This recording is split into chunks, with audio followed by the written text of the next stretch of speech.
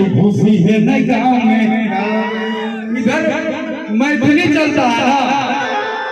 मैथिली मगही है ना हो, हम इसीलिए जो गाना गाते हैं ज्यादा मगही में कि सब भाई सबका स्वाद एक है। मैथिली मगही कितना प्यारा है, सब एक जैसा लगता है कि खेते खेते आई है तो घुसी है न गाँव में, खेते घोड़े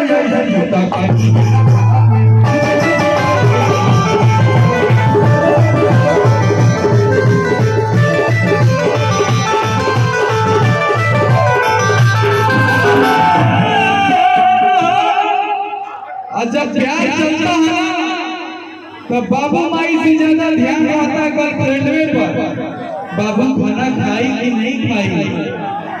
ऐसा होता है ना, बाबू सोई कि नहीं सोई, हमार बाबू